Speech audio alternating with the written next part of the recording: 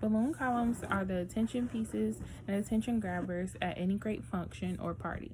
Today, I will be demonstrating on how to build a great balloon column by building its structure and making sure that it's correctly placed.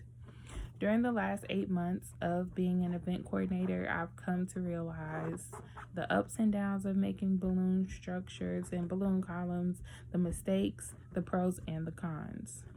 I will demonstrate the process step by step on how to build a successful balloon column and the common mistakes and how to avoid them. So for step 1, being that columns are the attention grabbers at parties, you always want to make sure that they are neat, consistent, and that they are nice to look at.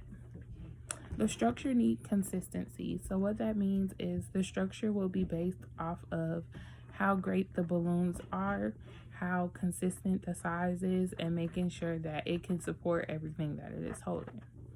The columns need to be correctly placed together, meaning that the balloons need to be placed right, it needs to be tied together, and it needs to stand up on its own in order to make sure that everything looks great and that it is a great point of attention. The consistent size is what we're going to go with first. I'm using 12-inch balloons that I put about 4 pumps of air into. And this is about a good size. You want to make sure that the balloons are relatively the same size and tied at the ends. The structure of the outcome with everything when it comes to the columns will turn out great if everything is remotely consistent. Correctively placing the balloons will make a great difference rather than if it's placed incorrectly. The same size balloons will make a great difference because it's what it needs to stand up. So when starting with the balloon column, you want to make sure that you take these 2 balloons and you're going to tie them together by the ends. These 2 ends are going to get tied together into a knot. And you're going to repeat this with another 2 set of balloons. So the structure of the bottom should be 4 balloons. With that being said, you're going to tie them together and it should look like this. You can tie all 4 together like how you did the first 2 with the balloon ties. And this will be the bottom of the balloon column. A lot of times people can use stands, but if you're going to freelance or freehand do anything, it's best that you do it without it so that it doesn't make anything look awkward. A lot of times when it comes to balloon columns, you want to make sure that if it's an inside event, you don't have to use a balloon stand, but if it is an outside event, it's best that you do use a balloon stand because it's what can make or break the party because it can keep flipping over and the stand is what gives it the weight. So next, you'll put these 2 together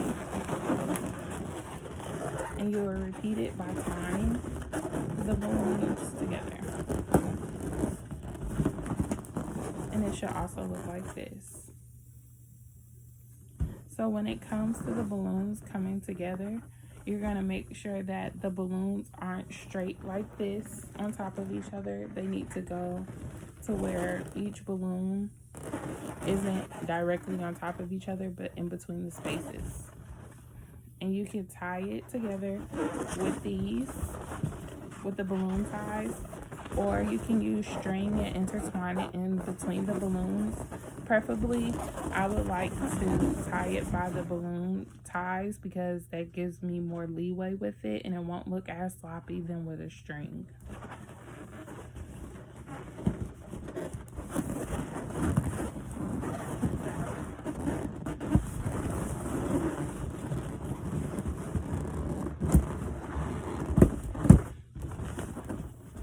When tying it together, it should look like this.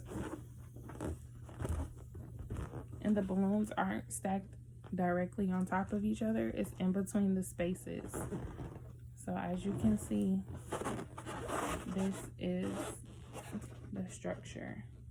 Of course, you can repeat with more balloons in different colors to give it a greater outlook, and it will stand out more. So today, this presentation was a demonstration on how to build a balloon column, in which I went through step by step to make sure that everything was grasped. With balloon columns, they're easy to construct, but very easy to also mess them up. So like I said, if you're having an inside event, the balloon column without a structure or a stand would be best, because there's not a lot of wind or leeway to blow anything over. If it's an outside event, I do recommend that it is built on a stand, so if anything passes by or the wind blows, it won't blow over. And I made sure that within the video, I went through everything step by step and it's easy to grasp and easy to understand. Thank you.